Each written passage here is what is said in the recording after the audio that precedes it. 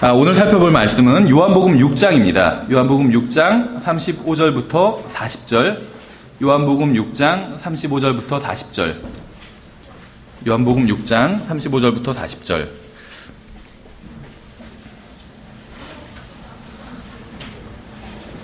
자주는 아니지만 지금 이제 한마음 미션이나 아니면 다른 이제 교회에서 하나님의 말씀을 이제 증거할 때가 간혹 있습니다. 이제 초청받아서 가서 설교를 할 때가 있는데, 다른 목사님이랑 얘기를 하다가 이제 그런 얘기를 한 적이 있어요. 초청받아 가서 설교를 할 때 과거의 교회에서 설교하셨던 설교를 하시냐, 아니면 새로 준비를 하시냐, 이렇게 여쭤보니까, 그냥 본인 교회에서 이제 하던 설교 중에서 이제 그 초청받아 가서 가는 교회 상황에 맞는 설교를 선택해서 한다고 하시더라고요. 근데 이제 본인 교회에서 하는 설교도 다 요즘은 녹음해서 인터넷에 올리잖아요. 저희도 지금 인터넷에 계속 올리고 있거든요. 녹화를 해서. 그래서 혹시 초청받아서 가는 설교, 그 교회에서 형제님이 녹음해서 올린 설교, 이미 한 설교를 보신 분도 있지 않겠냐. 그럼 중복되지 않겠냐, 그분은. 그렇게 얘기를 하시니까 그런 걱정은 안 해도 된다고. 사람들이 다 설교까지 찾아서, 그 남의 교회 설교까지 찾아서 이렇게 듣는 사람 많지 않다고 그러시더라고요. 그래서 저한테도 전혀 걱정하지 말고 본인 교회에서 했던 설교 다른 데서 해도 형제님 설교 찾아보는 사람 없으니까 걱정하지 말라고 하더라고요. 그게 위로인지 욕인지는 모르겠어요. 왜 그러냐면 제가 어떤 이제 이야기를 하려고 하는데, 제가 다른 데선 많이 했던 이야기인데 가만히 생각해보니까 저희 교회에서는 안 했던 이야기 같아서 제가 이야기를 하려고 합니다. 먼저 한번 이야기를 하고 그 다음에 본문 찾아보고 하나님 말씀을 전할게요. 좀 오래 전에 있었던 일입니다. 실화예요. 실제 있었던 일이에요. 지금 한 17년 정도 됐네요. 한 이제 청년이 있었는데, 이제 병역의 의무를 이제 이행하기 위해서 군대에 갔습니다. 그래서 이제 현역으로 가면 6주간 군사훈련을 받게 됩니다. 그래서 6주간 군사훈련을 마치고 이제 나면 그 다음에 이제 자대로 배치를 받게 돼요. 실제 이제 2년간 근무하게 될 부대로 들어가게 되는 거죠. 근데 이제 우리나라는 비무장지대가 있잖아요. 그래서 이제 자대 배치를 비무장지대로 받게 되었어요. 그래서 이제 근무를 비무장지대에서 하게 됐는데, 그러니까 훈련소 바로 마친 그런 이제 새내기 병사인 거죠. 그런데 이제 군대에서는 이렇게 그 자대에서도 훈련을 받게 됩니다. 훈련소에서만 훈련이 끝나는 게 아니라 훈련소 이후에 또 계속해서 훈련이 이어지게 돼요. 그 시기마다 다 여러 가지 훈련을 받게 되는데, 훈련 중에 이제 행군 훈련이 있습니다. 그럼 보통 행군을 10km도 하고 20km도 하고 40km 하고 80km 하는 경우도 있는데, 이제 이 청년은 40km 행군을 한 상태였으니까 40km 행군이라는 게 마라톤 코스죠, 거의.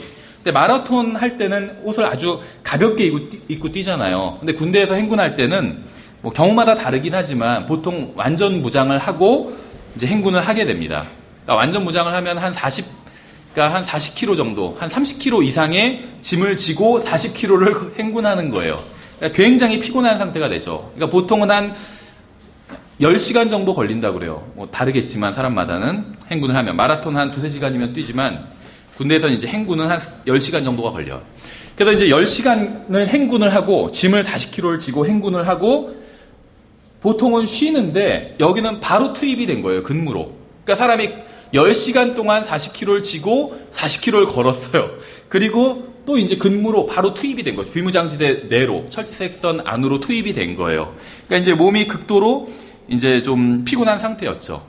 근데 꼭 그런 건 아니겠지만 일반적으로는, 그러니까는 병사들이 이제 2병, 1병, 상병, 병장 이렇게 있잖아요. 그럼 상병 1병 이렇게 짝을 짓고 또 병장 2병 이렇게 짝을 짓습니다. 그러니까 짝대기 4개짜리랑 짝대기 하나짜리가 짝을 지어서 이제 2명씩 근무를 서게 됩니다.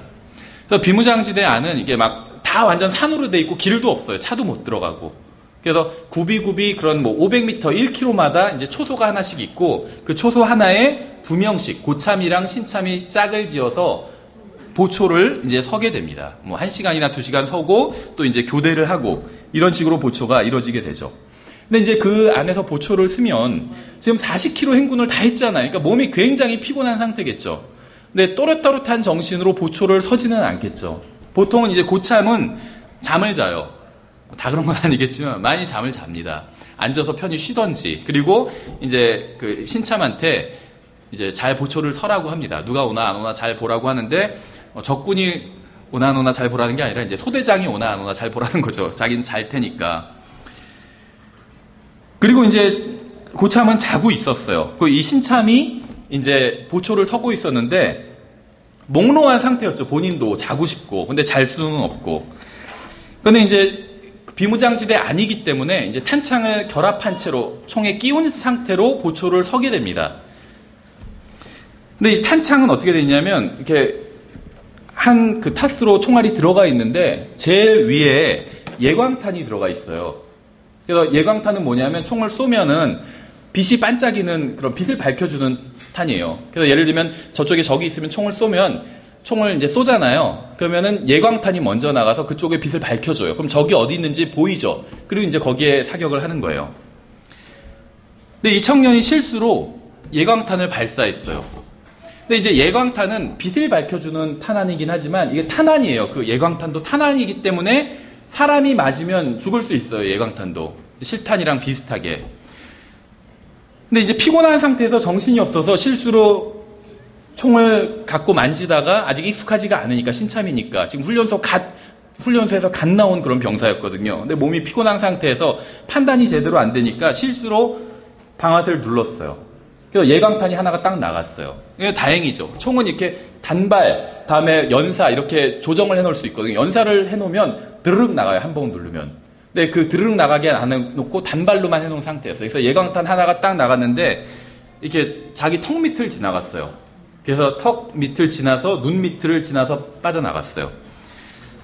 그러니까 바로 쓰러지죠. 이제 총알이긴 총알이에요. 예광탄도. 그래서 바로 쓰러졌어요. 그러니까 갑자기 이 고참이 깜짝 놀라서 딱 일어났는데 보니까는 쓰러져 있는 거죠. 자기 신참은. 그러니까 어떻게 해야 될지 자기도 이제 모르는 상태였어요.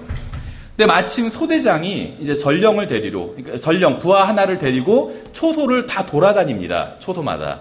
근데 그 소대장이 바로 근처에 문 앞에 와 있었던 거예요. 소대장이 잘 근무를 서고 있나 보려고 문 근처에 와 있었는데 총소리가 탁 나니까 소대장도 놀래서 뛰어 들어온 거예요. 들어와 보니까 한 사람은 쓰러져 있고 병사가, 또 다른 한 사람은 고참은 막 우왕좌왕하고 있고 자다가 일어나가지고. 그래서 소대장이 그 총소리를 듣고 바로 초소로 뛰어 들어와서 정신을 잃은 그 병사를 등에 업고 산비탈을 이제 뛰기 시작한 거예요. 차도 못 들어오니까. 그래서 산비탈을 뛰어가지고 이제 헬기장으로 갔습니다. 그래서 헬기장에서 이제 이 청년이 헬기를 타고 이제 국군 수도통합병원으로 예전에 등촌동에 있었는데 이제 수도통합병원으로 이송해서 왔어요. 그래서 수도통합병원에서 이제 중환자실에 입원한 청년은 이제 3, 4일을 넘기기 힘들다는 그러한 힘든 위독한 상황이었습니다. 그래서 청년은 말도 하지 못하고 눈도 뜨지 못한 채 듣기만 하고 간신히 이제 손가락만 움직일 수 있는 상태였어요. 그래서 이제 청년의 사고 소식을 들은 가족들이 이제 병원으로 찾아왔습니다. 그래서 가족 중에 이제 청년의 형이 있었는데 그 형은 구원받은 사람이었어요. 그래서 그 청년이 누워있는 침대 옆으로 가서 이제 형이 왔다고 얘기를 했습니다. 그래서 이제 청년은 누워서 손짓으로, 그러니까는 지금 얼굴을 다쳤기 때문에 붕대로 다 감아놨어요. 그래서 말도 못해요. 그 입을 통과해서 나갔기 때문에. 눈도 못 뜨고 다 부어가지고. 그래서 손으로 종이랑 펜을 달라고 한 거예요. 그러니까 청년은 듣기는 들을 수는 있는데 말을 못하니까 이제 종이로 필담으로 쓰려고 자기가 하고 싶은 말을. 그래서 종이와 펜을 이제 주니까 이 청년이 딱 그 수첩에 2글자로 된 한 단어를 썼어요. 그 단어가 무엇일까요? 지옥이란 단어였어요. 지옥. 그래서 그 청년은 지옥이라는 단어를 쓰고 나서 두렵다, 또 그렇게 썼어요. 그러니까 자신이 그곳에 가게 될지 모른다는 사실이 이제 두려웠다는 거죠. 그러니까 그 청년은 교회 다닌 적도 있었고, 또 훈련소 들어갈 때는 신약 성경도 가지고 들어갔어요. 그래서 훈련소에서 신약 성경을 한번 다 읽었다고 하더라고요. 그런데 이제 죽음의 문턱에서 정말 하늘나라냐 지옥이냐 그 순간이 오니까 자신이 구원받지 못했다는 사실을 불현듯 깨달은 거예요.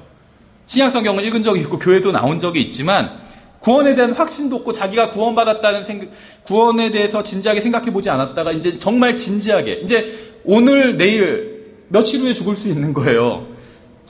지옥이 한없이 두려워지기 시작한 거예요. 그래서 청년의 형은 청년에게 복음을 전했습니다. 예수님께서 너의 죄값을 치르기 위해서 십자가에서 피를 흘려 죽으셨다고 얘기를 했어요. 예수님의 대속으로 인해서 영원한 생명이라는 하나님의 선물을 받아들이면 지옥에 가지 않아도 된다고 얘기를 했습니다. 그래서 예수님을 개인적인 구원자로 받아들이고 영원한 생명이라는 하나님의 선물을 받기를 원하면 손을 잡으라고 얘기를 했어요. 그래서 그 청년은 병상에 누워서 아무것도 할 수 없는 상태였지만 형의 손을 꽉 잡았습니다. 예수님을 받아들이겠다는 거죠. 그리고 하나님께서 거저 주시는 예수 그리스도를 통한 영원한 생명을 선물로 받았어요. 그래서 구원을 받았습니다. 이 얘기는 앞에서 말씀드린 것처럼 실화입니다. 제가 어떻게 이 청년의 얘기를 굉장히 자세히 알고 있는지 궁금하지 않으세요? 이 청년한테 복음을 전했던 사람이 지금 여러분에게 하나님의 말씀을 전하고 있는 사람이에요. 접니다. 그래서 저는 오늘 이 청년이 믿은 복음에 대해서 그리고 믿고 난 이후 믿는 자들이 어떻게 살아야 하는지에 대해서 말씀을 드리려고 합니다. 제가 다른 데선 이 예화를 여기까지 말씀드리니까 예배가 끝나고 나니까 사람들이 막 논쟁을 붙더라고요. 그 청년이 죽었다, 아니다, 살아있다는데 죽지는 않았습니다. 결국 이제 잘 진료를 받아서 살아났어요. 그래서 제가 예전에 진리침례교에서 출간한 책들이 있는데 그 표지를 사진으로 쓴 것도 있고 그림으로 쓴 것들도 있는데 그림은 다 제 동생이 그린 거예요. 그래서 진리침례교에서 나온 책 중에 그림은 다 동생이 그린 겁니다. 그래서 살아나서 그림도 잘 그렸고 지금도 이제 잘 살아 있어요. 그러면 다시 요한복음 6장 본문 한번 읽고 시작하겠습니다. 요한복음 6장 35절부터 40절. 좀 기니까 제가 읽을 테니까 한번 눈으로 잘 따라서 보세요. 예수님께서 그들에게 이르시되 내가 곧 생명의 빵이니 내게 오는 자는 결코 줄이지 아니할 것이요 나를 믿는 자는 결코 목마르지 아니하리라. 그러나 내가 너희에게 이르기를 너희도 나를 보았을 때 믿지 아니하는도다 하였느니라. 아버지께서 내게 주시는 모든 자는 내게로 올 것이요 내게 오는 자는 내가 결코 내쫓지 아니하리라. 나는 내 뜻을 행하려고 하늘로부터 내려온지 아니하고 나를 보내신 분의 뜻을 행하려고 내려왔느니라. 나를 보내신 아버지의 뜻은 이것이니 곧 그분께서 내게 주신 모든 것 중에서 내가 하나도 잃지 아니하고 마지막 날에 그것을 다시 일으키는 것이니라. 나를 보내신 분의 뜻은 이것이니 곧 아들을 보고 그를 믿는 모든 자가 영존하는 생명을 얻는 것이니라. 마지막 날에 내가 그를 일으키리라 하시니라. 성경은 예수님께서 믿는 사람들에게 영원한 생명을 주시기 위해서 오셨다고 말씀하고 있습니다. 이 말은 믿지 않는 사람의 생명에는 문제가 있다는 거예요. 문제가. 믿지 않는 사람은 영원하지 않은 생명을 가지고 있습니다. 믿지 않는 사람의 생명이 영원하지 않게 된 이유가 무엇일까요? 성경은 그 이유를 첫째 사람인 아담에게서 찾고 있어요.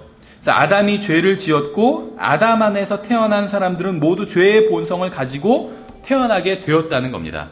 그래서 하나님께서는 죄의 본성을 가진 인간이 영원히 살지 못하게 하기 위해서 죽게 하신 거예요. 다시 말하면 아담 첫 번째 사람이 죄를 짓게 되었고 죄를 짓자마자 죄의 본성이란 게 생기게 되었습니다.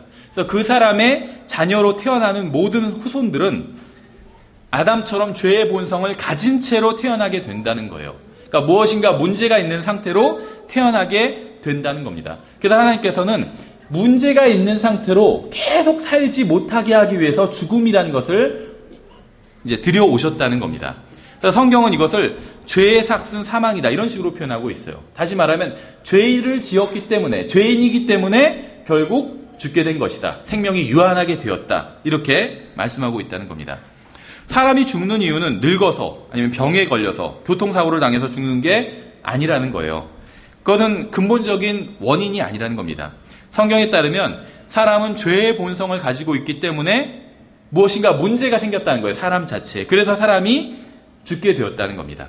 실제로 죄를 짓고 살아가기 때문에 죽게 된 거라는 거예요. 그래서 성경은 죄의 삭은 사망이다 이렇게 말씀하고 있는 겁니다.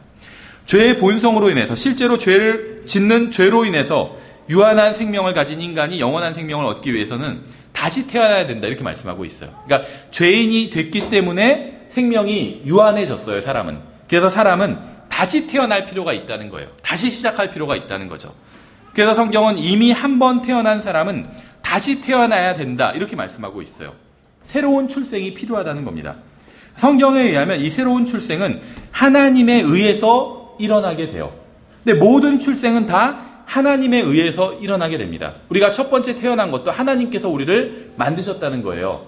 그리고 두 번째 다시 태어나는 것도 하나님께서 다시 만들어 주셔야 된다는 겁니다. 그래서 성경에서 이걸 다시 낳아주신다 이렇게 표현하고 있어요. 요한복음 1장 13절에서는 이 새로운 출생에 대해서 말씀하시면서 새로운 출생을 한 사람들은 하나님에게서 태어난 사람들이다 이렇게 말씀하고 있어요. 이는 혈통으로나 육신의 뜻으로나 사람의 뜻으로 나지 아니하고 오직 하나님에게서 태어난 자들이니라 이렇게 말씀하고 있어요. 그러니까 첫 번째 출생은 물론 하나님께서 사람을 만드신 것이긴 하지만 부모님에게서 태어났잖아요. 근데 두 번째 새로운 출생은 하나님에게서 태어난다는 거예요. 요한일서 5장 1절에서는 믿는 자가 하나님에게서 태어났다고 말씀하고 있습니다. 우리가 하나님에게서 태어났대요. 누구든지 예수님께서 그리스도이심을 믿는 자는 하나님에게서 태어났으며 낳으신 그분을 사랑하는 자마다 그분에게서 난 자도 사랑하느니라 이렇게 말씀하고 있어요. 그러니까 새로운 출생, 거듭남, 다시 태어남은 하나님의 직접적인 역사에 의해서 일어난 일이라는 겁니다. 그래서 다시 태어나기 위해서는 하나님께로부터 태어나기 위해서는 예수 그리스도를 믿어야만 한다고 성경은 말씀하고 있어요. 예수님을 믿는 것 외에는 다시 태어날 수 있는 방법이 없다는 겁니다. 그러니까 왜 그런지 이유는 설명하고 있지 않지만 그게 하나님께서 정하신 법칙이라고 말씀하고 있는 거예요.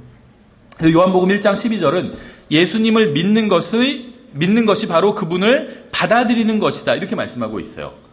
예수님을 믿는다는 게 뭐냐 이렇게 얘기하는 사람들이 있는데 성경은 믿는 거는 받아들이는 거다 이렇게 말씀하고 있어요. 그분을 받아들인 자들 곧 그분의 이름을 믿는 자들에겐 하나님의 아들이 되는 권능을 그분께서 주셨으니 그러니까 성경의 정의에 의하면 믿는 것은 받아들이는 겁니다. 하나님께서는 예수 그리스도를 믿는 자들에게 영원한 생명을 주시겠다고 성경에 약속해 놓으셨습니다. 그래서 성경에 의하면 예수 그리스도 외에 구원받을 수 있는 다른 방법이 없습니다. 그래서 예수님께서 이렇게 말씀하셨어요. 내가 곧 길이요 진리요 생명이니 나를 통하지 않고는 아무도 아버지께 오지 못하느니라. 성경 분명하게 예수님을 믿어야지만 구원받을 수 있다. 하나님 아버지께서 계신 하늘나라에 갈 수 있다. 이렇게 말씀하고 있죠. 그래서 예수 그리스도를 개인적인 구원자로 받아들이지 않고는 구원받을 수 있는 방법이 없다고 말씀하고 있습니다. 만일 여러분 중에 예수님을 개인적인 구원자로 마음으로 믿지도 않았으면서 자신이 구원받았다고 생각하는 분이 있다면 정말 큰 착각을 하고 있는 거예요.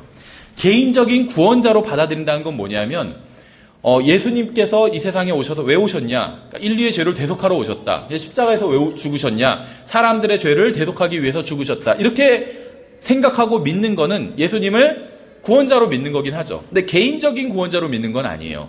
개인적인 구원자로 믿는 건 예수님께서 십자가 위에서 죽으신 게 나 때문에 죽으셨다. 이렇게 믿는 거예요.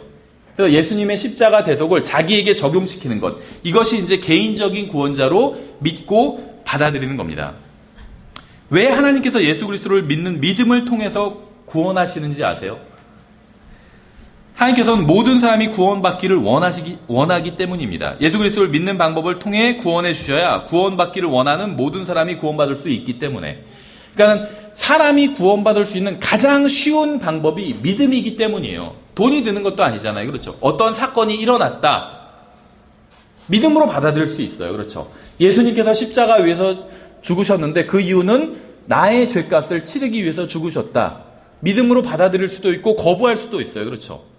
그래서 믿음이라는 건 굉장히 쉬운 거예요. 어렵진 않아요. 그럼 이 믿음이 근데 어떤 사람들은 믿고 싶은데 잘 안 믿어진다 이런 분들이 있는데 사실은 원하지 않는 겁니다. 원하면 믿을 수 있어요. 충분히. 한번 예를 들어볼게요. 만일 하나님께서 구원을 100억에 판매하신다면 누가 구원받을 수 있겠어요? 영원한 생명이 100억이라면 비싼 걸까요? 싼 걸까요? 비싼 게 아니에요. 그렇죠? 하지만 대부분의 사람들은 구원받지 못할 겁니다. 저도 구원받을 수 없을 거예요. 그렇죠? 재벌 회장님 같은 사람만 구원받을 수 있을 겁니다. 근데 하나님께서 구원을 100만 원으로 할인하신다면 어떨까요? 아마 많은 사람들이 구원받을 수 있을 겁니다. 그렇죠? 그런데 여전히 구원받지 못하는 사람도 있을 거예요. 구원, 영원한 생명이 100만 원이다. 싼 거예요. 100억이라도 싼 거예요. 근데 100억이라고 하면 대부분은 구원받지 못하잖아요. 100만 원으로 할인해 주셨어요. 저렴해졌죠. 대부분은 구원받을 거예요. 특히 우리나라 국민들은 대부분 구원받을 수 있을 거예요. 하지만 구원받지 못하는 사람도 분명히 있을 거라는 거예요. 그렇죠? 제가 예전에 그 TV 무슨 다큐멘터리를 봤는데 아프리카에선 단돈 100원이 없어서 굶는데요. 50원만 있으면 하루를 살 수 있대요. 식사를 할 수가 있는데 50원이 없어서 100원이 없어서 굶어 죽는다는 거예요. 그렇죠? 그런 사람들에게 구원을 100원에 판다고 하면 어떨까요? 100원. 100만 원도 아니고 100원. 구원을 100원에 판다고 그러면 우리나라 사람들 다 구원받을 수 있을 거예요. 그렇죠? 노숙자도 구원받을 수 있고 100원은 있으니까 다. 근데 아프리카에선 100원에 판다고 해도 구원받지 못할 사람들이 있다는 거죠. 그렇죠? 우린 기뻐할 거예요. 구원을 100원에. 100원만 내면 영원한 생명을 주겠다 하면 다 기뻐할 겁니다. 아프리카에선 어떤 사람들은 고개를 푹 숙이면서 눈물을 뚝뚝 흘리면서 나는 구원받을 수 없구나. 이럴 사람들이 나온다는 거죠. 그렇죠. 자, 하나님께서는 전 우주를 자기가 만드시고 성경에 하나님이 정말 계시다면 우주를 다 만드신 하나님이에요. 그거 다 하나님의 겁니다. 그렇죠. 모든 것이 하나님 소유예요. 그러면 100억이든 100원이든 100만 원이든 하나님께는 그 액수가 전혀 중요하지가 않아요. 의미가 없어요. 그렇죠. 나중에는 지금 있는 현재 땅과 하늘을 다 불살라서 없애시고 새 하늘과 새 땅을 만드실 거라고 성경에 나와 있잖아요. 100억이든 1000억이든 100원이든 100만 원이든 하나님께는 의미가 없다는 거죠. 하나님께는 돈의 액수가 중요하지 않아요. 그래서 하나님께서는 원하는 사람은 누구든 구원받을 수 있게 하기 위해서 값없이 구원을 제공해 주시기로 하신 겁니다. 예수 그리스도께서 이미 모든 죄값을 치러주셨기 때문에 아무런 대가 없이 원하는 사람은 누구든지 구원해 주시겠다는 거예요. 하나님께서 하신 일, 우리를 위해서 하신 일만 인정하면 구원해 주시겠다는 겁니다. 행위로 구원받아야 된다고 주장하는 사람들이 있는데 아무리 많은 선행을 해도 예수님을 믿지 않으면 지옥에 보내는 것. 이게 하나님의 성경에 나온 사실이잖아요. 아무리 선행을 많이 해도 하나님의 구원은 값없이 주시는 거기 때문에 아무리 선행을 많이 해도 예수님을 믿지 않으면 지옥에 보내겠다. 성경에 그렇게 돼 있어요. 그러니까 이건 굉장히 잔인하다고 주장하는 사람들이 있어요. 그렇죠? 평생을 나쁘게 산 사람이 마지막 죽기 전에 예수님을 믿으면 구원해주고 평생을 선하게 산 사람이 예수님을 믿지 않는다는 이유로 지옥에 보내고 이건 너무 말이 안 된다. 잔인하다. 이렇게 얘기하는 사람이 있습니다. 근데 잔인한 것은 하나님이 아니라 선행으로 구원받아야 한다고 주장하는 사람이 잔인한 사람이에요. 왜냐하면 자기는 선행을 할 수 있는 능력이 있다고 생각하기 때문에 선행으로 구원받아야 한다는 주장을 하는 겁니다. 그렇죠? 그러니까 어떤 사람이 어떤 선행을 통해서 좋은 일을 한 사람만 구원받아야 된다. 이런 주장을 하는 사람은 자기가 좋은 일을 할 수 있을 거라고 생각하기 때문에 그런 주장을 하는 거예요. 자기가 그런 걸 할 수 없다고 생각한다면 그런 주장을 하지 않는다는 거죠. 예전에 그 어떤 사람에 대한 그 기사를 읽은 적이 있어요. 그 사람은 몸이, 정확한 병명은 제가 지금 기억나진 않는데, 몸이 돌처럼 딱딱하게 굳는 그러한 병이었어요. 그래서 나이가 40살이 넘었는데, 몸이 돌처럼 딱딱하게 계속 굳어가고 있어요. 그래서 관절이 하나도 움직이진 않아요. 팔다리 다 꼿꼿하게 굳어있는 상태예요. 그래서 그 어머니가 계신데, 어머니가 떠먹여주고, 대소변 다 해주고, 그렇게 해주고 있는 상태였어요. 만약에 선행을 통해서 구원받는 거라면 아무것도 할 수 없는 사람들은 희망이 없을 거예요. 그렇죠? 아, 나는 구원받을 수 없구나. 그렇게 생각할 겁니다. 절망에 빠지게 될 거예요. 그래서 하나님께서는 아무런 대가 없이 아무런 선행 없이 누구든지 원하면 구원받을 수 있는 방법을 마련해 주신 거예요. 하나님은 잔인하신 분이 아니라 자비로우시고 은혜가 충만하신 분입니다. 누구든지 원하면 구원받을 수 있게 해주신 거예요. 돈이 한 푼도 없어도 행할 수 있는 선행이 아무것도 없는 상태라도 원하면 구원해 주시겠다는 거예요. 이거보다 더 관대한 게 어디 있어요. 그렇죠? 오히려 선행을 해야지 선한 사람만 구원해주고 악한 사람은 절대 구원하지 말아야 되고 이런 생각이 훨씬 더 잔인한 겁니다. 그렇죠? 누구든지 다 원하는 사람은 구원해주겠다. 이거는 잔인한 게 아니에요. 관대한 거지. 그러니까 하나님은 관대하신 분이라는 거죠. 성경은 예수님을 믿고 구원받은 사람들은 영원한 생명을 가지고 있다고 말씀하고 있습니다. 하나님께서 세상을 이처럼 사랑하사 자신의 독생자를 주셨으니 이것은 누구든지 그를 믿는 자는 멸망하지 않고 영존하는 생명을 얻게 하려 하심이라. 요한복음 3장 16절이죠. 영존하는 생명을 가진 사람은 다시 태어난 사람이에요. 예수님을 개인적인 구원자로 믿은 사람은 다시 태어난 사람입니다. 이건 실제로 일어난 일이에요. 예수님을 믿으니까 그냥 다시 태어난 것으로 쳐주겠다, 이것이 아니라 실제로 새로운 생명이 다시 태어났다는 거예요. 그걸 내가 느끼지 못할 뿐이에요. 우리가 첫째 출생을 통해서 부모님의 가정에서 실제로 태어나는 것처럼 성령으로 태어난 사람들은 하나님의 가정에서 다시 실제로 태어난 겁니다. 이건 정말 엄청난 일이 일어난 거예요. 생각해 보세요. 여러분이 정말 무슨 빌 게이츠의 아들로 태어났다. 엄청난 일이 일어난 거겠죠, 그러면. 근데 성령으로 다시 태어난 사람들은 그거보다 훨씬 더 엄청난 일을 경험한 겁니다. 예수 그리스도를 믿은 사람들은 하나님의 가족으로 태어나게 되었습니다. 모든 것을 소유하신 가장 부유하신 분의 가족으로 다시 태어나게 된 거예요. 이건 정말 엄청난 일이에요. 여러분이 다시 태어났다면 여러분에게는 엄청난 일이 일어난 겁니다. 구원받기 전과 구원받은 후는 같을 수 없어요. 생각해 보세요. 1000억짜리 로또에 당첨된 전과 후의 인생이 같을까요? 완전히 달라지겠죠. 구원받았다는 것은 온 세상 모든 로또에 당첨된 것보다 훨씬 더 놀랍고 대단한 일이, 엄청난 일이 일어난 거예요. 하나님의 자녀가 된 것이기 때문에. 인생이 달라지지 않는다면 그게 이상한 겁니다. 구원받았다고 하면서도 인생이 달라지지 않았다면 이상한 일을 한 거예요. 예수님을 개인의 유일한 구원자로 받아들이고 나서 저의 인생은 완전히 바뀌게 되었습니다. 왜 사는지 모르고 방하던 인생이 확신을 갖고 삶의 이유를 알게 되었어요. 해야 할 일이 생긴 거예요. 만약 전 우주를 창조하신 하나님께서 살아계신 게 사실이라면, 그리고 성경이 사실이라면, 온 세상의 구원자가 되시는 예수 그리스도께서 온 세상을 심판하러 다시 오실 게 사실이라면, 제가 영원히 하늘나라에서 예수 그리스도와 함께 살게 될 것이 사실이라면 저의 인생은 변하지 않을 수 없다는 거죠. 두 번째, 예수님께서는 여러분이 풍성한 생명을 누리게 하기 위해서 이 세상에 오셨습니다. 요한복음 10장에 이렇게 되어 있어요. 7절에 그때 예수님께서 다시 그들에게 이르시되 진실로 진실로 내가 너희에게 이르노니 나는 양들의 문이니라. 나보다 먼저 온 모든 자들은 도둑이요 강도이나 양들이 그들의 말을 듣지 아니하였느니라. 내가 곧 문이니 누구든지 나를 통해 안으로 들어가면 구원을 받고 또 들어가고 나오며 꼴을 얻으리라. 도둑이 오는 것은 다만 도둑질하고 죽이고 멸망시키려 함이거니와 내가 온 것은 양들이 생명을 얻게 하고 또 생명을 더욱 풍성히 얻게 하려 함이라. 그러니까 생명을 얻게 하는 것, 이게 구원이죠. 영원한 생명을 얻게 하는 것, 또 더욱 풍성히 생명을 얻게 하는 것. 이건 이제 구원 이후의 삶에 대한 것입니다. 성경은 예수님 외에 오는 것은 다 강도요, 도둑이라고 말씀하고 있어요. 이게 굉장히 중요해요.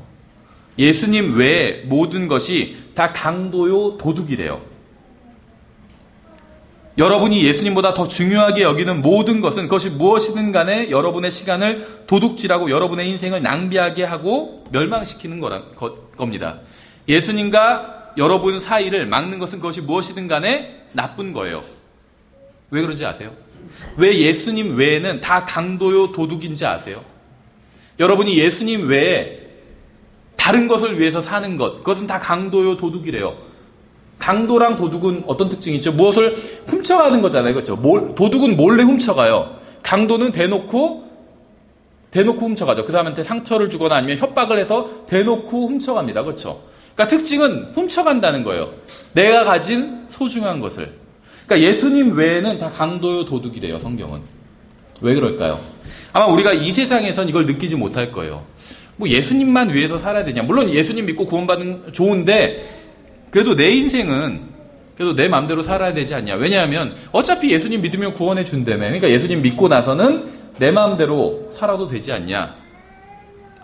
이 세상에선 그렇게 생각할 수 있어요. 근데 죽어서 하늘나라에 가게 되면, 예수님을 믿으면 죽어서 하늘나라에 가죠. 그러면 이제 진실을 알게 될 거예요. 자기만을 위해서 살았던 삶이 다 허송생활한 삶이라는 것을. 영혼을 위해서 살지 않고 이 세상, 일시적인 이 세상을 위해서 살았던 삶이 정말 내가 허송생활을 한 거예요. 그러니까 이 세상에서 어떤 내가 가족을 부양하고 먹고 살기 위해서 해야 되는 일들이 다 잘못된 일이다. 이런 얘기를 하는 게 아닙니다. 그런 일을 해야 돼요. 그렇죠. 직장을 갖고 직업을 갖고 일을 해야 됩니다. 그런 차원의 얘기가 아니에요. 어떤 인생의 목적, 목표, 이 세상에서 잘 먹고 잘 사는 것만을 목표로 삼은 인생은 허송생활을 한 인생이란 거죠. 인생을 강도와 도둑에게 뺏긴 거예요. 이 세상에는 하나님께서 주신 기쁨과 확신과 복을 여러분에게로부터 훔쳐가는 것들이 있습니다. 여러분은 그것이 무엇인지 아마 잘 아실 거예요. 그것들은 여러분의 시간과 힘과 돈과 기쁨을 훔쳐가요. 여러분이 그리스도의 심판석에서 받게 될 상급을 훔쳐갑니다. 여러분의 열심과 주님을 위해 살고자 하는 마음을 훔쳐가기도 합니다. 이런 것들을 훔쳐가는 것은 그것이 무엇이든 간에 강도요 도둑이라는 거예요. 생각해 보세요. 누가 여러분의 집 문을 두드리고 있어요. 초인종을 눌러요. 누구세요? 그러니까 도둑입니다. 당신에게서 소중한 것을 훔치러 왔어요. 그러면 여러분 문을 열어주시겠어요? 똑똑똑 노크를 해요. 누구세요? 당신을 죽이러 왔어요. 그러면 문을 열어주시겠어요? 문 열어주지 않는다는 거죠. 불행한 일이 무엇인지 아세요? 수많은 그리스도인들이 물질적인 재산을 훔쳐가고 육신을 멸하러 오는 것은 적극적으로 막으면서 도둑인데요, 강도인데요, 그러면 그건 열어주지 않아요. 경찰을 불러요. 그렇죠. 적극적으로 방어를 합니다.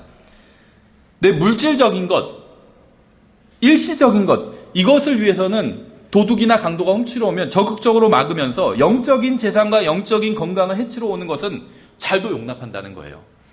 마귀는 아주 작은 것을 가지고 와서 여러분의 영적 생명을 완전히 끝내버리기도 합니다. 구원은 거저받아요. 우리가 앞에서는 생명을 얻고 구원에 대해서 살펴봤었죠. 구원은 예수 그리스도만 믿으면 받을 수 있습니다. 하나님께서는 구원받는 방법을 굉장히 쉽게 해놓으셨어요.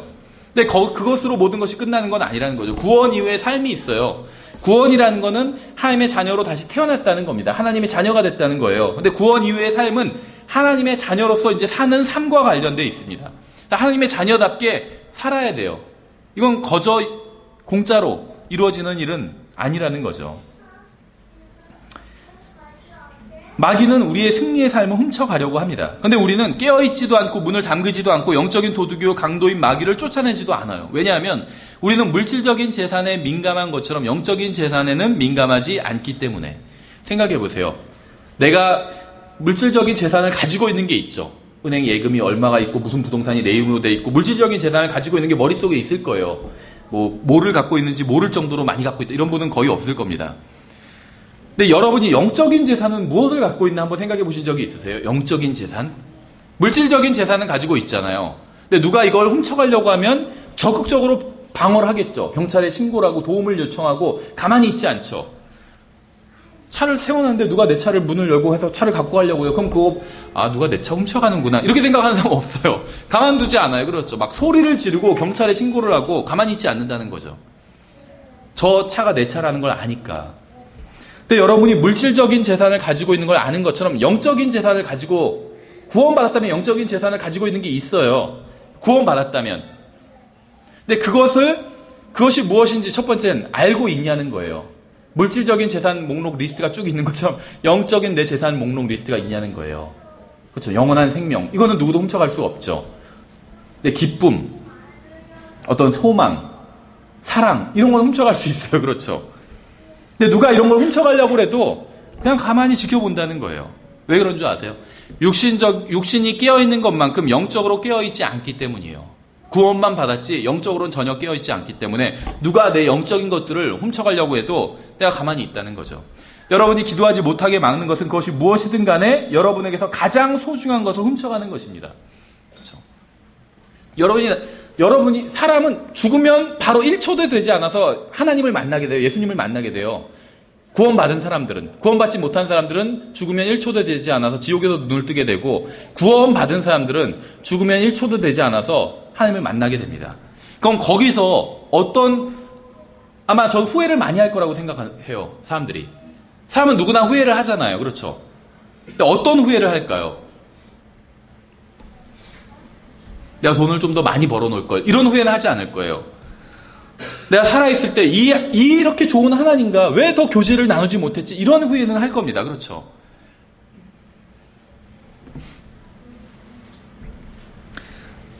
여러분이 주님을 위해서 살지 못하게 하는 것은 그것이 무엇이든 간에 여러분에게서 가장 중요한 것을 훔쳐간 겁니다. 여러분이 하나님과 교제를 나누지 못하게 막는 것은 그것이 무엇이든 간에 여러분에게서 가장 소중한 것을 훔쳐간 거예요. 여러분이 하나님의 뜻대로 살지 못하게 하는 것은 그것이 무엇이든 간에 여러분에게서 가장 중요한 것을 훔쳐간 겁니다. 기도하지 않고 하나님의 말씀 읽지 않고 주님을 위해서 살지 않고 주님의 뜻대로 살지 않고 주님과 동행하지 않는 인생은 완전히 낭비한 인생이에요. 이 세상에서 아무리 큰 성공을 거둬도 벤처기업을 해서 성공해서 몇백억을 벌어도 주님과 친밀하게 교제를 나누지 않은 인생, 주님을 위해서 살지 않은 인생은 완전히 낭비한, 허비한 인생이라는 거예요. 이 세상에선 그렇게 판단하지 않을 거예요. 근데 하늘나라에선 그렇게 판단할 거예요. 그리스도의 심판석에선 네가 이 세상에서 수백억을 벌었지만 인생은 완전히 낭비했구나. 도둑이요 강도에게 완전히 다 털렸구나. 이렇게 말씀하실 거예요. 물질적인 손해와 비교할 수 없는 게 바로 영적인 손해입니다. 왜냐하면 물질적인 것들은 일시적인 것이기 때문에, 영적인 것들은 영원하기 때문에 여러분의 지각의 눈이 열려서 물질적인 것보다 영적인 것이 훨씬 더 중요하다는 사실을 알게 되기를 바랍니다. 적어도 물질적인 것들을 소중하게 여기는 것만큼 영적인 것들을 소중하게 여긴다면 여러분이 나중에 하나님을 만났을 때 후회할 게 적어지게 될 겁니다. 성경은 주님께서 오신 이유가 우리로 하여금 생명을 얻고 더욱 풍성한 생명을 얻게 하기 위해서라고 말씀하고 있어요. 앞에서 생명을 얻는다고 한 것은 구원을 의미하죠. 뒤에서 말하는 생명은 구원 이후의 삶을 의미해요. 하나님께서는 여러분의 인생을 최고의 인생이 되도록 계획을 하셨습니다. 생각해보세요. 자녀를 낳으면 우리 애는 그냥 대충 살다가 그냥 그렇게 계획하는 사람은 없어요. 그렇죠? 최고의 인생이 되게끔 계획을 합니다. 자녀를. 그렇잖아요. 하나님도 마찬가지라는 거예요. 가장 정말 놀라운 인생이 되도록 계획을 하셨습니다. 여러분 한 사람 한 사람을 다. 이것이 바로 예수 그리스도께서 이 세상에 오신 이유예요. 예수님께서 이 세상에 오신 이유는 단순히 사람들이 구원받게 하기 위해서, 그것도 있지만 그거 이상이라는 거예요. 구원받고 생명을 풍성히 누리게 하기 위해서, 하나님의 아들처럼 살게 하기 위해서, 죽어서가 아니라 살아있을 때, 구원받고 나서 즉시 하나님의 아들답게 풍성한 생명을 누리면서 살게 하기 위해서 이 세상에 오셨다는 거예요. 불평과 불만과 시기와 좌절과 낙담은 예수 그리스도께로부터 온 것이 아닙니다. 여러분이 주님께 내어드린 만큼 여러분의 인생은 풍성해질 수 있다는 거예요. 여러분이 예수 그리스도를 개인적인 구원자로 받아들였다면 여러분은 영원한 생명을 얻은 겁니다. 영원한 생명은 영원한 거예요. 이 세상에서는 영원한 생명이 없어도 살 수 있습니다. 생각해 보세요. 왜 영원한 생명을 내가 예수님을 믿는 순간 주셨는지 생각해 보신 적 있으세요? 잘 생각해 보세요. 예수님을 믿으면 그 즉시 영원한 생명을 주시죠. 근데 어떻게 주시냐면 성령님은 하나님인데 하나님께서 영의 형태로 계신 게 성령님이에요. 하나님께서 영의 형태로 내 안으로 들어오세요. 내가 예수님을 믿는 순간. 요한복음 1장 12절에서 믿는 게 곧 받아들이는 거라고 말씀드렸죠. 그래서 믿는 순간 예수님이 영의 형태로 내 안으로 들어오세요. 그래서 내가 예수님을 믿는 걸 다른 말로 받아들였다. 이렇게 얘기를 하는 거예요. 그럼 내 안에 들어오신 예수님, 성령님 안에는 영원한 생명이 있죠. 그래서 나는 영원한 생명을 갖게 된 거예요. 예수님을 믿는 순간. 그런데 잘 생각해 보세요. 예수님을 믿는 순간 영원한 생명을 받는 것과 예수님을 믿었고 영원한 생명을 아직 주시진 않았지만 우리가 죽을 때 영원한 생명을 주신다면 결과적으로는 다를 게 없겠죠. 내가 예수님을 믿는 순간 나에게 영원한 생명을 주지 않아도 난 이 세상에서 살 수 있다는 거예요. 내가 저는 17살에 구원받았는데 17살 구원받기 전에도 저는 이 세상에서 잘 살았어요. 그렇죠?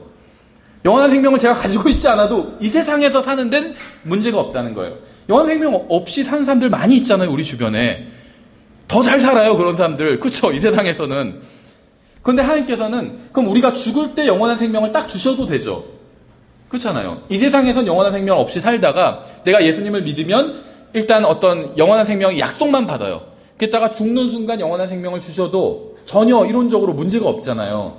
그렇죠. 근데 하나님께서는 그렇게 하지 않으시고 예수님을 내가 믿는 순간 영원한 생명을 바로 주셨다는 거예요. 지금 없어도 되는데, 내가 죽으면 주셔도 되는데 죽기 전에 지금 주셨다는 거예요. 왜 그러셨을까요? 왜 새로운 생명을, 참된 생명을 왜 미리 주셨을까요? 그걸 우리가 갖고 있게 보관하고 있게 하기 위해서는 아니라는 겁니다. 그걸 사용하라는 거예요. 영원한 생명을. 그렇죠. 내가 가지고 있던 옛 생명으로 살지 말고 구원받은 이후에는 영원한 생명, 하나님께서 주신 그 생명, 하나님의 생명, 그 생명으로 살으라는 거예요. 그래서 영원한 생명을 미리 주신 거예요. 그걸 누리면서 살게 하기 위해서. 영원한 생명이신 예수 그리스도께서 성령님을 통해 믿는 사람 안으로 들어오셔서 그 성령님의 인도대로 영원한 생명을 가지고 살게 하기 위해서 미리 주셨다는 겁니다. 영원한 생명을 왜 구원받는 순간에 주셨는지 이해하시겠어요? 지금 우리는 영원한 생명이 없어도 살 수 있습니다. 구원받지 않은 사람들이 영원한 생명이 없어도 살아가는 것처럼. 하지만 하나님께서는 우리가 예수 그리스도를 믿고 구원받는 순간 우리에게 영원한 생명을 주셨어요. 왜냐하면 우리가 이 세상에서 사는 삶과 영원에서 사는 삶이 서로 아무런 관계가 없는 게 아니라 밀접한 관계가 있기 때문에. 여러분은 영원한 생명을 가지고 계신가요? 그렇다면 여러분은 영원을 위해서 살아야 돼요. 여러분이 구원 받는 순간, 예수님을 믿는 순간 하나님께서는 영원한 생명을 즉시 주셨어요. 그 이유는 영원한 생명을 가지고 살게 하기 위해서. 근데 영원한 생명을 가지고 산다는 건 뭐냐면 영원을 위해서 사는 게 영원한 생명을 가지고 사는 거예요. 일시적인 삶을 살기 위해서는 일시적인 생명 갖고 충분히 살 수 있어요. 근데 하나님께서는 우리가 영원을 위해서 살게 하기 위해서 영원한 생명을 주셨다는 겁니다. 여러분이 일시적인 것이 아니라 영원을 위해서 살게 하기 위해서 예수 그리스도께서 이 세상에 오신 거예요. 단순히 구원만 하기 위해서가 아니라 이 세상에서 아직 살고 있지만 예수님께서 우리가 죽거나 예수님께서 다시 오시기 전에는 우리가 이 세상에서 살고 있잖아요. 이 세상에서 살고 있지만 영원을 위해서 살게 하기 위해서 예수님께서 우리에게 영원한 생명을 주셨다는 거예요. 그리고 예수님께서 이 세상에 오셨다는 겁니다. 더욱 풍성한 생명을 누리게 하기 위해서 이 세상에 오신 거예요. 구원받지 못한 사람의 생명은 80년, 90년이면 끝나게 됩니다. 하지만 여러분의 생명은 8, 90년으로 끝나지 않아요. 예수 그리스도를 개인의 구원자로 받아들인 사람의 수명은 80년, 90년이 아니라 영원이에요, 영원. 따라서 여러분의 인생 계획은 80년, 90년이 아니라 영원을 두고 계획을 세워야 된다는 거예요. 여러분 아마 다 인생 계획이 있을 거예요. 그렇죠. 제대로 된 인생을 살려면 인생 계획이 다 있어야 됩니다. 계획도 없는 사람이, 계획 자기 전혀 없다. 그러면 우리가 얼마나 그 사람 한심하게 보겠어요. 그렇죠. 넌 인생 계획이 뭐야? 그런데 전 계획도 없어요. 그냥 대충 그냥 그때 대충 사는 거죠. 그러면 얼마나 한심하게 보겠어요. 그렇죠. 계획이 있어요. 내가 그 계획을 이룰 수 있느냐, 이룰 수 없느냐 둘째 치고 계획이 다 있다는 거죠. 구멍가게 만들려고 해도 설계도가 다 있어야 돼요. 저희 지금 30평짜리로 이사 가는데도 설계도를 다 지금 그려놓고 있거든요. 도면 받아가지고 어떻게 할 건지. 우리 인생은 구멍가게보다 훨씬 더 소중한 거란 거죠. 근데 설계도가 없다면, 계획이 없다면 그건 정말 어리석은 일이라는 겁니다. 그래서 인생을 조금 진지하게 사는 사람들은 인생 계획이 있어요. 그런데 문제는 인생 계획이 너무 짧다는 겁니다. 생각해보세요. 어떤 사람이 인생 계획을 세워요, 학생이. 그런데 예를 들면 지금 중학생인데 인생 계획을 세우고 있어요. 근데 어디까지 세웠냐 하니까 20살까지만 세웠어요. 그 20살 이상은 그냥 잘 모르겠어요. 될 대로 되라죠. 이렇게 생각한다면 그건 그리 현명한 게 아니라는 거죠. 문제는 대부분의 구원받은 사람들의 인생 계획도 별로 다르지 않다는 겁니다. 왜냐하면 구원받은 대부분의 사람들도 자신의 인생 계획을 70년, 80년, 90년까지만 설정해 놓고 있기 때문에. 하지만 구원받은 사람들은 영원한 생명을 소유하고 있기 때문에 인생이 거기서 끝나지 않습니다. 구원받은 사람들의 인생은 영원히 지속돼요. 따라서 우리는 80년, 90년이 아니라 100년, 1000년, 만년 영원을 위한 계획을 세워야 돼요. 저는 이 세상에서의 삶이 중요하다고 믿습니다. 중요하지 않다는 게 아니에요. 그러나 영혼은 그것보다 훨씬 더 중요하다고 믿어요. 일시적인 이 세상에서의 삶, 이것이 전혀 중요하지 않다 이런 얘기하는 게 아닙니다. 이 세상에서의 삶도 중요해요. 공부도 열심히 해야 되고 직장생활도 열심히 해야 됩니다. 중요한데 영혼은 훨씬 더 중요하다는 거예요. 그것보다. 사람들이 생각하는 문제와 하나님께서 생각하시는 문제는 완전히 다른 것일 경우가 많이 있어요. 사람들은 이 세상에서의 일들을 걱정하면서 살아갑니다. 좋은 대학에 가고 좋은 직장 잡고 좋은 배우자 만나고 좋은 집에서 살아야 된다고 생각을 해요. 성공하고 이름을 알려야 된다고 생각을 합니다. 직장 잡지 못하면 큰 문제라고 생각해요. 집값이 떨어지면 큰 문제라고 생각합니다. 결혼하지 못하면 문제라고 생각해요. 또 돈이 없는 것도 문제라고 생각합니다. 저도 좋은 대학에 가고 좋은 집에 살고 좋은 직장 갖고 좋은 배우자 만나는 것, 저도 중요한 일이라고 생각합니다. 이게 다 하찮다는 게 아니에요. 중요한 일이에요. 하지만 그거보다 훨씬 더 중요한 일이 있다는 거예요. 훨씬 더 중요한 일. 그것은 바로 영원히 남을 일이 과연 무엇이냐 하는 거예요. 영원한 의미를 갖는 일이 과연 무엇이냐 하는 것입니다. 하나님께서 보시는 우리의 문제는 집이나 직장이나 결혼이나 성공이나 명성이 아니라 우리가 영혼에 대해서 별 관심을 갖지 않고 살아간다는 것. 이것이 진짜 문제라는 거예요. 우리는 언젠가 그리스도의 심판석에 서게 될 것입니다. 거기서 주님께서는 구원받고 나서 영원한 생명을 받고 나서 우리가 우리의 인생을 어디에 사용했는지 물으실 거예요. 어느 대학을 갔는지도 중요한 문제죠. 열심히 공부해야 돼요. 왜냐하면 어느 대학을 갔는지는 이 세상에서의 삶, 70년, 80년까지는 중요한 이슈로 작용을 할 겁니다. 하지만 그리스도의 심판석에선 주님께서 그걸 묻지는 않으실 거예요. 어느 집에 사는지도 중요한 문제죠. 주님께서는 그것도 묻지 않으실 거예요. 어느 차를 탔는지, 연봉이 얼마였는지 이런 것도 묻지 않으실 겁니다. 얼마나 많은 돈을 벌었는지, 얼마나 유명했었는지도 중요한 문제겠지만 주님께서는 그것도 묻지 않으실 거예요. 왜냐하면 중요한 문제이긴 하지만 이런 것들이 정말 가장 핵심적으로 중요한 것은 아니기 때문에 우리는 모두 언젠가 이 세상을 떠나게 될 것입니다. 저는 우리가 이 세상을 떠나게 될 때 무엇을 가져갈 것이고 무엇을 남길 것인지 생각해 봤으면 좋겠어요. 아까 제가 우리는 갖고 있는 재산이 있는데 물질적인 재산이 있고 영적인 재산이 있다고 말씀을 드렸죠. 물질적인 재산은 다 놓고 가게 될 거예요. 중요하지 않다는 건 아니에요. 중요해요, 물질적인 재산도. 그게 없으면 어떻게 살겠어요. 하지만 그것은 놓고 가게 될 거라는 거예요. 근데 영원한 재산은 놓고 가지 않을 겁니다. 그건 영원히 우리와 함께 있을 거예요. 저는 인생을 가치 있게 살고 싶어요. 가치 있게 정말. 내가 죽기 전에 난 정말 인생을 잘 살았다. 이런 인생이 아니라 하나님께서 너는 정말 인생을 가치 있게 살았구나. 이렇게 평가하실 만한 그런 인생을 살고 싶다는 거예요. 자, 아는 것은 별로 없지만 인생을 가치 있게 사는 게 무엇인지는 알고 있습니다. 다행히도. 이 세상에서 어떻게 하면 성공하고 돈을 많이 버는지는 몰라요, 솔직히. 근데 인생을 하나님 앞에서 영원히 어떻게 하면 가치 있게 살 수 있는지 그건 알고 있어요. 궁금하지 않으세요? 그건 바로 예수 그리스도를 위해서 사는 거예요. 아마 지금은 동의하지 않을 분들도 있어. 에이, 그게 무슨 시시하다 할 수 있겠지만 예수님께서 다시 오시면 아니면 여러분이 죽고 나서 채 1초가 지나기 전에 그 말이 맞았다. 그렇게 생각하실 거예요. 다 제 말에 동의하게 될 겁니다. 우리는 예수 그리스도를 믿고 영원한 생명을 받았습니다. 하지만 이 세상에서의 삶은 길지 않아요. 저도 이제 거의 지금 반 정도는 살았어요. 아직 그렇게 보이지는 않지만 이 세상에서 주어진 시간이 80년이라면 벌써 절반을 사용해버린 거예요. 그렇죠? 그래서 제가 예전에 어린이 설교를 할 때 어린이들 모아놓고 어린이 예배에서 설교를 할 때 이런 얘기를 하면서 좀 어려운 얘기지만 이런 얘기를 하면서 너희는 다 새 거야. 선생님은 중고지만 너희는 다 새 거야. 그러니까 아니라고 하더라고요. 자기들도 중고라고. 자기들도 10년 됐다고 중고라고. 10년 된 게 뭐가 새 거예요? 막 그러더라고요. 그래서 새 거예요. 그렇죠. 전체 80년, 90년으로 본다면 새 거예요. 주님을 위해 살 수 있는 이 세상에서의 삶이 얼마나 남았는지 한번 계산해 보세요. 은행 이자율 계산하는 것보다 훨씬 가치 있는 계산이에요, 이것이.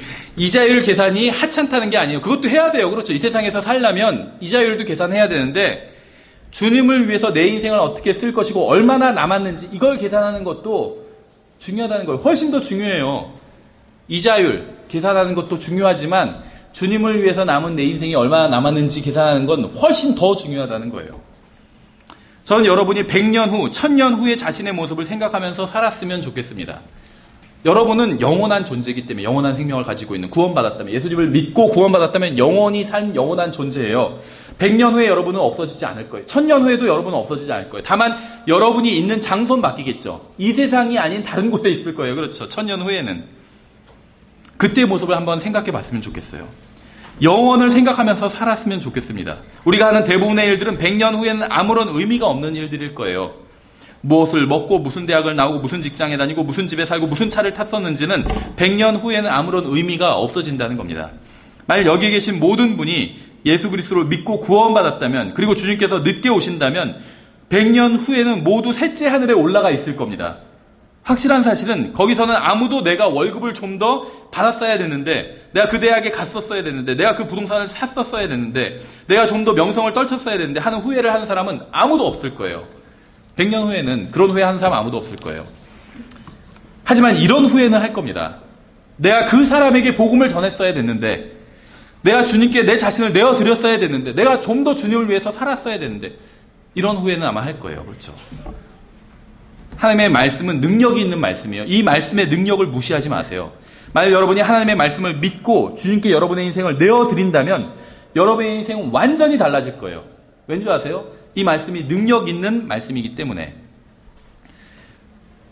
구원은 거저받죠. 근데 문제는 뭐냐면 구원받은 많은 대부분의 사람들의 문제가 뭔 줄 아세요? 직장을 못 잡고 돈이 없고 집이 없고 차가 없고 아니면 차가 있지만 후지고 이런 게 문제가 아니에요. 구원받은 사람들의 진짜 문제, 주님께 자신을 내어드리지 못하는 게 진짜 문제예요. 우리가 생각할 때 우리의 문제와 주님께서 보실 때 우리의 문제가 서로 다르겠죠. 그럼 우리가 보는 우리의 문제가 정답이 아니라 주님께서 보시는 우리의 문제가 그게 정답이에요. 근데 주님께서 생각해 보세요. 저한테 너의 문제는 지금 네가 월세로 살고 있는 거다 이렇게 얘기하실까요? 너의 문제는 지금 네가 후진차를 타고 다니는 거다 이렇게 얘기하실까요? 아닐 거예요. 그렇죠?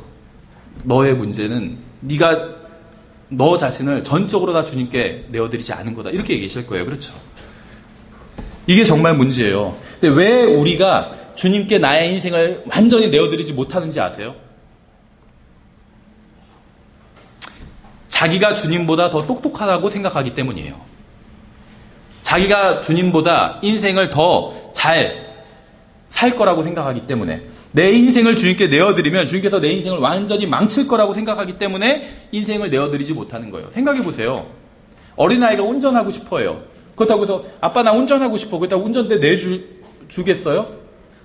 내주지 않아요. 그렇죠? 어린아이한테 내줬다간 사고가 날 거기 때문에 차가 완전히 망가지고 우리 몸도 다 만신창이가 될 거예요. 그래서 운전대를 내주지 않아요. 어린아이에겐. 그렇죠? 근데 만약에 내가 지금 좀 피곤한 상태인데 옆에 운전을 아주 잘하는 사람이 있어요. 경력도 많고 무사고 30년. 그 다음에 그러면 너 피곤하니까 잠깐 눈 좀 붙여 내가 운전할게 하면 운전대를 내줄 수 있을까요? 나는 지금 예를 들면 면허를 어제 땄어요. 잘 못해요. 그럼 운전대 내주겠죠? 마찬가지예요. 우리의 인생이라는 차를 타고 있어요. 우리는 핸들을 내가 잡고 있어요. 근데 주님께서 운전대를 달라고 하시는 건데 내주질 못해요. 왜냐하면 주님을 믿지 못하기 때문에. 주님 목적지나 찾아갈 수 있으세요? 엉뚱한 데 가시는 거 아니에요? 내비 볼 줄 아세요? 이러고 있는 거예요. 성경이 이렇게 말씀하고 있어요. 또한 너희 지체를 불의의 도구로 죄에게 내주지 말며 오직 너희 자신을 죽은 자들로부터 살아난 자로서 하나님께 드리고 너희 지체를 의의 도구로 하나님께 드리라. 우리가 이 말씀에 만약에 순종한다면 우리의 인생은 완전히 변화될 것입니다. 인생은 주님의 손에 들렸을 때 가장 제대로 사용될 수 있어요. 우리가 사용하면 인생은 100% 망가지게 됩니다. 장담할 수 있어요. 여러분이 만약에 주님께 인생을 내어드리지 않고 여러분이 계속 핸들을 잡고 여러분의 인생의 길을 간다면 100% 잘못된 길로 가고 100% 망가지게 됩니다. 99%도 아니고 100%예요. 100%. 왜냐하면 오직 주님께서 사용하셔야만 인생을 제대로 사용할 수 있기 때문에. 하나님께서는 우리가 원하기만 하면 구원받을 수 있도록 하셨습니다. 하나님께서는 모든 것을 다 준비해 놓으셨기 때문에 구원은 우리의 선택에 의해서 받을 수 있게 된 거예요. 만약 누군가 지옥에 간다면 그것은 아무도 죄값을 치러주지 않았기 때문이 아니에요. 구원받을 방법이 없었기 때문에 지옥에 간 게 아니라는 거예요. 예수님의 대속을 받아들이지 않았기 때문에 하나님의 구원 방법을 거절했기 때문에 지옥에 간 거라는 거예요. 누군가 지옥에 갔다면 이 자리에 예수님을 안 믿는 사람이 있다면 죽으면 지옥에 가게 돼요. 바로. 근데 그 사람이 지옥에 가는 이유는 구원받을 방법이 없기 때문에 지옥에 가는 게 아니라 자기가 하나님의 구원을 거부했기 때문에 지옥에 가게 된다는 거예요. 자기의, 하나님의 의보다 자기의를 더 내세웠기 때문에. 하나님은 너는 죄인이야. 너는 죄인이기 때문에 너의 스스로는 구원받을 수 없어. 그래서 너를 위해서 누군가 네 죄값을 치러줘야 돼. 근데 내가 그걸 치러줬어. 그걸 받아들이겠느냐. 이렇게 물었을 때 자기의를 버려두고, 자기의를 버린다는 건 뭐냐면 내가 죄인이란 걸 인정하는 거예요. 맞아요, 하나님. 전 죄인입니다. 하나님 앞에서 죄인입니다. 그리고 하나님의 의를 받아들이는 거예요. 그건 구원받는 거예요. 너무 쉬워요. 누가 지옥에 간다면 이걸 거부했기 때문에, 이 너무 쉬운 걸 거부했기 때문에, 자기 마음에 들지 않는다는 이유로 거부했기 때문에 지옥에 가는 거예요. 그렇죠? 그러니까 누군가 지옥에 가는 거는 전적으로 인간의 책임이라는 겁니다. 구원받은 사람의 인생도 마찬가지예요. 하나님께서는 모든 것을 다 준비해 놓으셨습니다. 구원만 준비해 놓으신 것이 아니라 풍성한 삶, 정말 하나님께서 보시고 만족할 만한 풍성한 삶, 우리도 영혼의 세계에서 보면 만족할 만한 삶, 그런 삶을 하나님께서는 준비해 놓으셨다는 거예요. 우리가 원하기만 하면 주님을 기쁘시게 하는 최고의 인생을 살 수 있다는 겁니다. 이 세상에서 가장 잘 나가게 된다는 게 아니에요. 우리가 원하면 주님을 기쁘시게 할 수 있는, 하나님을 정말 흡족하게 기쁘시게 할 수 있는 최고의 삶을 살 수 있도록 하나님께서 모든 준비를 맞춰 놓으셨다는 거예요. 성령님께서도 모든 준비를 다 마치고 기다리고 계십니다. 우리가 내어드리기만 하면 바로 일하실 준비를 모두 끝내 놓으신 거예요. 만약 우리가 최고의 인생을 살지 못했다면 그것은 하나님 때문이 아니라는 겁니다. 하나님 때문이 아니라 주님께 자신을 내어드리지 않은 우리 자신 때문이에요. 주님보다 내가 더 똑똑하다고 생각해서 내어드리지 않은 거예요. 결국 자기 의의 문제겠죠, 이것도. 여러분, 일시적인 시간을 위해서 사십니까? 아니면 영혼을 위해서 사십니까? 만약 우리가 이 세상의 모든 것들이 다 불에 타버릴 것이라는 하나님의 말씀을 진짜 믿는다면 우리는 어떤 마음과 자세로 이 세상을 살아야 될까요? 이 세상은 하나님께서는 다 불타 없어질 거라고 말씀하셨어요. 다 완전히 깨끗하게 정화시켜서 새 하늘과 새 땅을 만드실 거라고 말씀하셨어요. 근데 정말 그걸 믿는다면 우리가 어떤 마음으로 살아야 될까요? 우리가 지금 보고 있는 이 세상이 모두 일시적인 것이고 잠깐 있다가 사라질 것이라는 성경 기록을 믿는다면 우리는 이 세상에서 어떻게 살아야 될까요? 우리는 무엇을 위해서 살아야 될까요? 이 세상은 모두 사라지고 모든 것의 심판자가 되신 예수 그리스도와 인간의 혼만이 영원히 남는다고 정말 우리가 믿는다면 우리는 이 세상을 어떻게 살아야 될까요? 우리는 누구와 함께 일하고 기도하고 공부하고 교제를 나눠야 될까요? 하나님의 말씀대로 언젠가 이 세상이 모두 사라져 버린다면 우리가 그렇게 믿는다면 무엇이 가장 중요한 일일까요? 하나님께서 우리를 도와주셔서 단순히 죽어서 하늘나라에만 가는 것으로 만족하는 것이 아니라 이 세상에서도 온전히 변화된 인생을 살 수 있게 되기를 바랍니다. 저는 하나님이신 예수님께서 이 세상에 직접 오셨다는 사실이 정말 기쁩니다. 주님께서는 천사를 보내실 수도 있었지만 직접 이 세상에 오셨어요. 여러분과 저를 위해서 오신 거예요. 그리고 더 기쁜 소식은 무엇이냐면 예수님께서 다시 오신다는 거예요. 다시 오신다는 것. 전 여러분과 저의 인생이 하나님께 진심으로 감사를 드리는 인생이 되었으면 좋겠어요. 우리를 위해서 해주신 일, 우리를 위해서 마련해 주신 일, 또 우리를 위해서 다시 오시는 거예요. 우리의 모든 문제가 해결될 수 있는 거예요. 예수님께서 다시 오시면. 그렇죠. 영원히 언젠가 시작되게 될 거예요. 그때 영원히 시작되게 되었을 때 우리가 후회하지 않을 그런 인생을 살게 하기 위해서 예수님께서 이 세상에 오셨다는 겁니다. 그렇죠. 예, 제가 잠깐 기도하겠습니다. 하나님 아버지, 저희는 주님의 말씀을 통해 예수님께서 왜 이 세상에 오셨는지 간략하게 살펴봤습니다. 성령님께서 이 자리에 있는 모든 사람들의 눈을 열어주시기 원합니다. 그래서 예수님께서 이 세상에 오신 이유를 온전히 알 수 있도록 주님께서 그 모든 사람의 마음속에서 역사해 주시기 원합니다. 주님의 뜻이 저희의 매일의 삶에서 또 온전히 이루어지기를 원합니다. 예수님의 이름으로 기도드렸습니다. 아멘.